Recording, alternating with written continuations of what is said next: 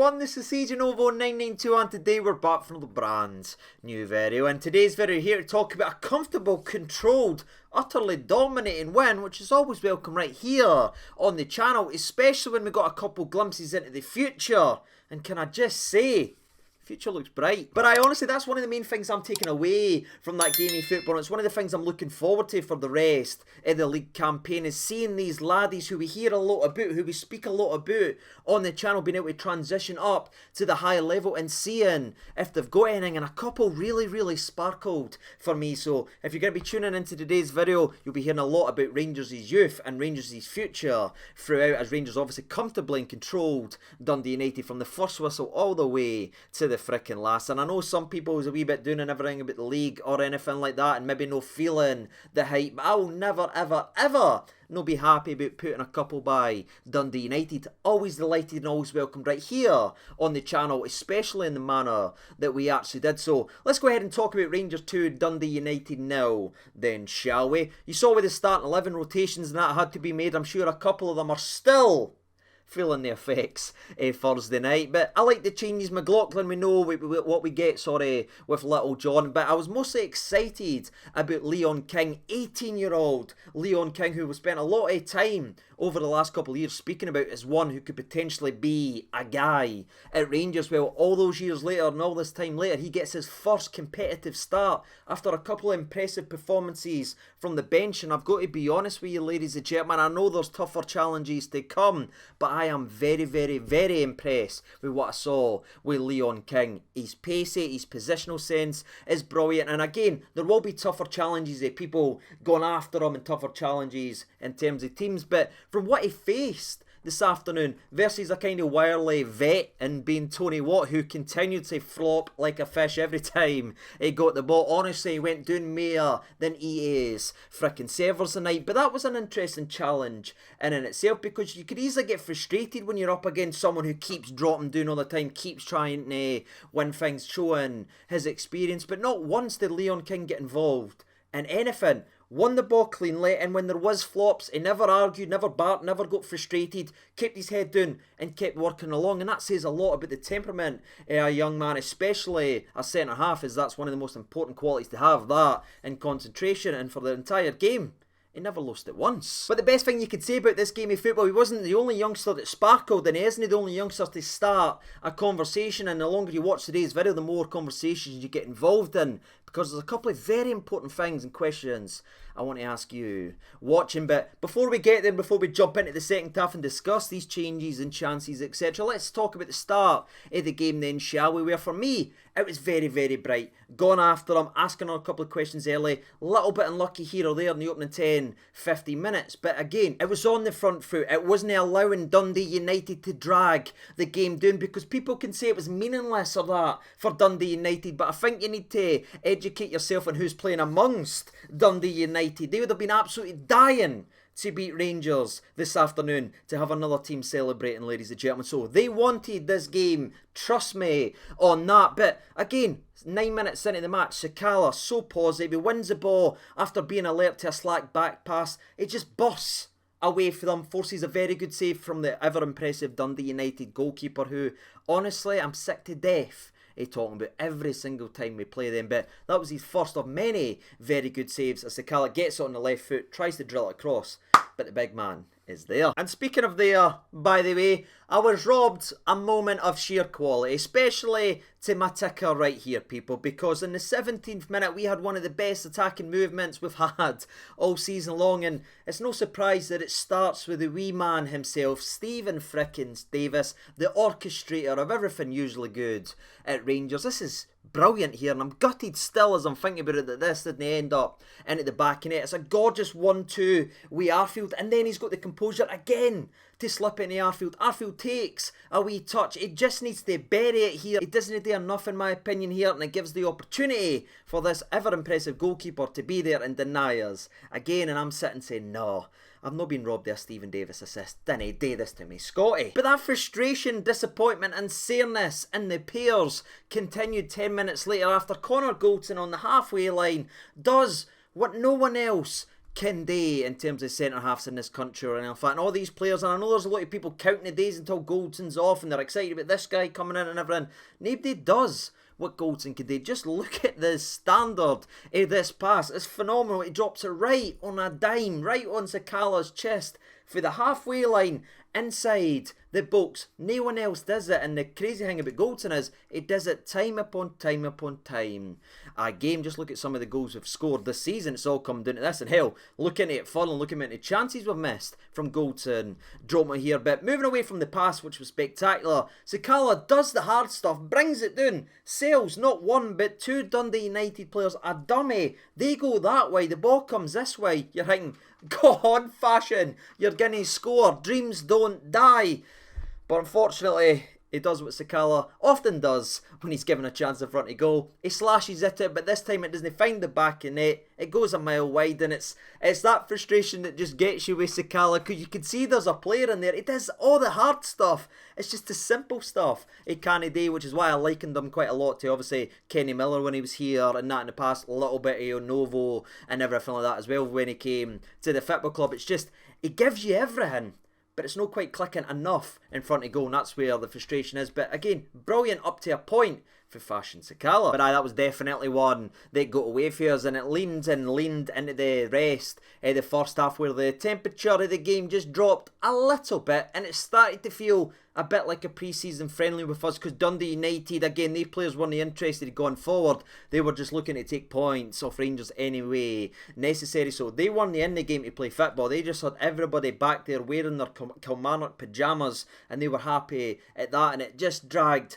the game down. However, I do want to give a wee quick shout out to Leon King, who we mentioned earlier on in the game, because around about the 41st minute in the game, I remember it at the exact time, because it's hurt us this season. We're trying to go forward, there's a wee breakdown in the middle, and then there's a long ball out to the channel from Dundee United, but Leon King does so well here with his pace to get back, win the ball cleanly, shield, I think it's Tony Watt, off the ball, gets the ball and just passes it back to John McLaughlin. You've probably forgot if you watched the game of football, but that's been something that's hurt us all season long, that long ball into the channel. But under the young man, he got to it very, very effortlessly, and he turned almost into nothing, and hopefully continues that as he plays for us. And to wrap up the first half, we obviously had Aaron Ramsey hitting the post after being slightly offside, but that takes us into half time, and I only had one thought if you follow me on social media. One, I love Stephen Davis, so technically I had two thoughts, but the other one was, I'd like to see Diallo come on, and that's what I fired out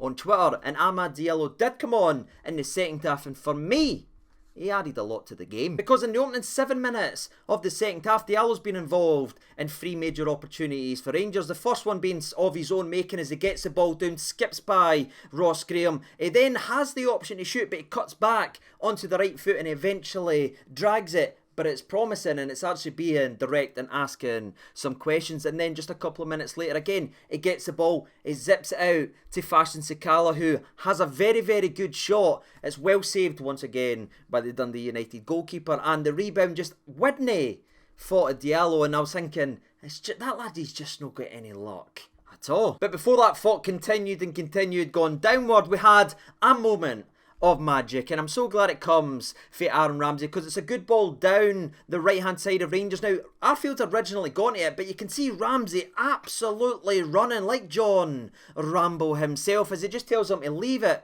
because Ramsey knows Arfield's offside. It's a little bit worrying that Arfield never knew, if I'm being honest with you, but Ramsey goes and gets it, takes the ball, passes it back, nice wee combination play. He finds himself outside the box, and what he does here, people, is the difference from the good players, as my chair squeaks, and the truly great players, because on the outside of his foot, he turns a low block with 6 defenders in front of him and just moves it out the way and takes it completely out the equation as he lifts it over the wall of Dundee United. And to be fair here, Fashion Sakala is so damn brave, because that's one of the yins. When you get put in the mixer, you know you're getting clattered, but Sakala takes the ball, knocks it by the goalkeeper who's coming, nails him. It is a stonewall penalty kick. I don't think even the Moon Howlers will be howling at the moon at this one. If I'm honest with you, I think the goalkeeper's a little bit lucky. It could have potentially been a red, but either way, it's a penalty kick to Rangers, and it's down because Aaron Ramsey's quality of unlocking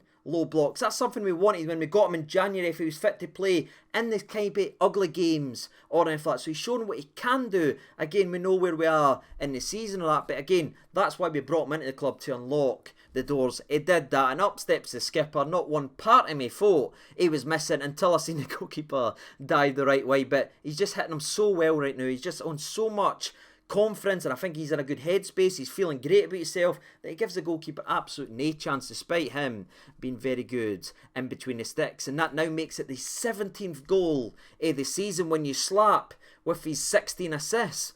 What a campaign and what a season again for the skipper. 33 goal contributions again.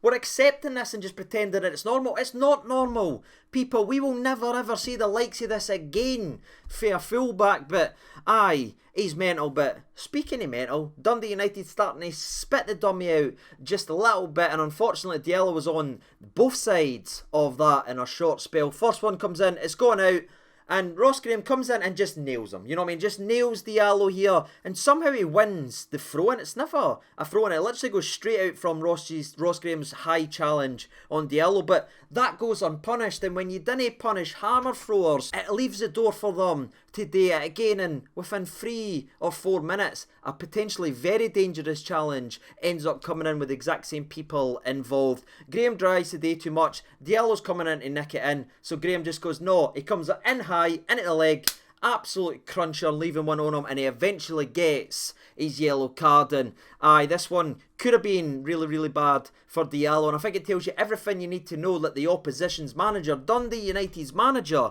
walked up to Giovanni and apologised for the challenge. That's how bad it actually was. But thankfully Diallo was able to get back up. But I started to think, you know what now? I'm starting to get a little bit nervous for the laddie, because he's took his couple of moments that he had to start off the second half. He's just been absolutely nailed twice in the space of 4 minutes. Is he going to drop off now? But he never, ladies and gentlemen. And this makes me so damn happy, because the very next time Diallo gets the ball, Ross Graham's coming in, he do it. Again, he's trying to just get inside his head and nail him again. But what does Diallo do? Does he shrink? Does he pass it back away? Does he not want it? Does he face away for the ball? Does he jog away? No. He gets the ball. He flicks it up over Ross Graham's head. It was honestly like, ole, he took the ball this way. Like the old advert back in the day. Remember ole with Figo and Ronaldo and all that? Aye, he just nails him. Ross Graham's gone that way. Diallo is sprinting away with the football. Head up. Doesn't make the wrong decision, finds Sakala, who unfortunately does what he does, and it's a wild slash at the ball. But that was positive, and I just smiled, saying he is adjusted to the league. He has learned all about it and everything like that. Because again, this is a young lad who's came to the football club with expectations and that, and it's no worked out any stretch of the imagination. And some people can say, well, it's a meaningless game versus Dundee. There's no meaningless games when you play for Rangers. And for me, what I saw for the laddie in that moment, and from the next couple of moments that he had, it looks like he's adjusted to the physicality and this league, because no matter what people say elsewhere, this isn't a tin pot crap league. People, there's tin pot aspects, especially the people in charge, but in terms of the football, you've got to be fast, you've got to be brave, and you've got to be able to handle the physicality. And there's been so many players that's came up the road expecting to be able to do it and had to go back with their tails in between the leg. But I'm glad the wee laddie is fighting for every single bit, because he showed it in that moment, and again, it just got better. Speaking of just got better, the 60th minute happened, and this definitely helped with the ascendancy of Diallo, because we made a cheeky wee triple substitution as Tavernier was finally given a rest. On came Charlie McCann, who genuinely looks a fantastic prospect. Alex Lowry, who has just signed a new deal, by the way. Welcome to the football club. I'm going to be saying your name a lot next season. And on came young Andy Devlin as well, out on the right back, who, if you follow the loan review series, we'll mention him briefly and everything like that, so you're up to date if you've been following the channel. But you talk about grabbing the game by the scruff of the neck and putting your influence on the match. Alex Lowry wasn't even on the park for a minute, people, and he already had an assist of some sorts, because he just gets the ball. And look at the quality on this. This isn't a wild swing in the box just trying to aim. No, this is getting your head up. He curls it right on the dime for Diallo, whose first touch is gorgeous. His finish is even better. I'm going, oh my god, I can't wait to sing and dance about this, but unfortunately the linesman flag goes up and I went, of course, that's just Diallo's luck. But the quality from both the youngsters was there to be seen. And seen gives me the perfect transition, because I don't know how Alex Lowry saw this pass. He gets the ball and then on one moment he turns and just hits it on the turn, and he's put Sakala through again, who has a wild kind of shot and everything like that. But it's brilliant for Alex Lowry again. Now, if you're still watching today's video, you can kind of see it's became almost a story of redemption for Diallo. He's had the couple wee moments, he's had the knocks, that's usually when he's had away for the game, but where he started to win the individual battle, he well and truly won it as he skips by Ross Graham again. That eventually leads to a blocked shot by Sakala again, and then the Dundee United manager's seen enough. He takes Graham off, but it doesn't slow down Diallo, because the moment comes that I have been waiting for ages, and I'm so buzzing that I get to see it. The ball comes back the way, I think it's from Dundee United, almost making the same mistake they made in the first half. Silly back pass, Sakala on it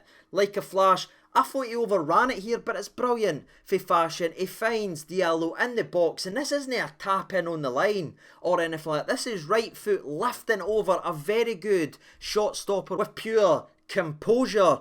Brilliant finish, brilliant goal. Nobody deserves it more than that young laddie, and getting to see him have that moment in front of the Ibrox faithful embracing each other was amazing in that as well. And he gets his goal, and then a couple of minutes later, I think it's Charlie McCann that maybe gets caught in the ball just a little bit, and it looks to be a counter. Then Diallo just sprints all the way back, gets on the ball, wins it, and passes it back. He's adjusted to the league. He gets the physicality. He's not scared of it anymore. He's grew up in the last couple of months, and he looks a player, and I just love it. And this is going to be the question if you are still watching today's video. Do we bring Diallo back next season now that he's adjusted and got used to this league? In my opinion, I think we definitely need to do. There's a wee bit of Kyle Bartley in the ladder, you know what I mean? Bring him back in from another loan. I think if we brought him in, he'd be able to take it to that next level. Again, it can just take people time. I mean, look at Lundstrom.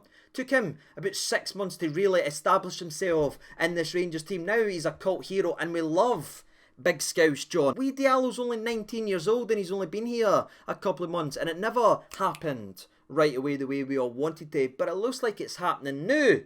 Do we bring him back in next season and see if he can continue and start from this level that he's now playing at? That's going to be the main question of today's episode, and that's actually going to be the end of the game recap. There was no too much to actually break down and discuss from the actual game, apart from the referee blew for full time and we were inside the box with Fashion Sakala. Now, I know he's not the greatest finisher, but that's just straight up disrespectful, referee, to blow it right there. But that was it. 2-0, dominating the youngsters. Charlie McCann, wee Devlin, Lowry, they all had moments, and they all started to look like the young team, especially Alex Lowry, who every single time I watch him, I go back and I just see it. You know, see how you could see it with players sometimes. He's definitely one, and if he continues his career at this level, doesn't get lost or distracted with money or anything like the stuff that happens off the field, he could really be sensational and be a massive part of Rangers' future, which is why at the start of the video I said the future was bright.